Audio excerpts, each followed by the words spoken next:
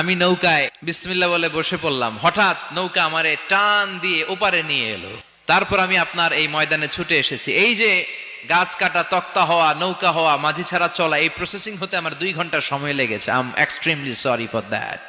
নাস্তিক নেতা বলে তোকে ইমাম গাঞ্জা খাইছে, তোদের ইমাম মজনুন জুন্না আলাই, মাথার তার সিরা নিয়ে যা। ইমাম আবু হানিফা বললেন, ময়দানে আমারে গালি দিলেন কেন? নাস্তিক বলে, কেমন কথা আপনি বলেন? কোন মানুষ ছাড়া, করাত ছাড়া বিশাল বড় বড়